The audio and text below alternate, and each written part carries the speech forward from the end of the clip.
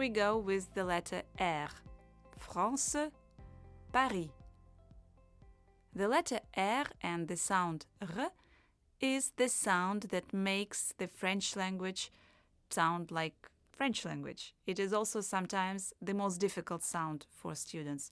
But don't worry if you don't get it right from your first French class. Just try, practice until it sounds right. It may take more or less time depending on your mother tongue, so no worries, just try. The good news is that in different French accents, the R can be different, so there is no really the one right way to say it.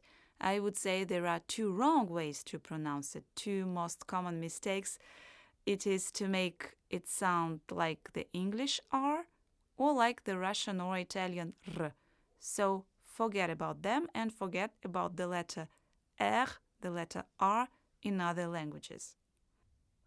To understand how to pronounce the French R, think about K, G, or K.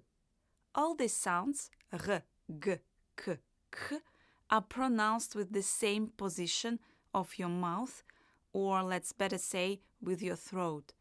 So try to replace the sound R with the sound K. Add some vibration, like you were gargling, and you will have a very French sound R. Let's have a look at some common words with the sound R. I read, you try to repeat after me.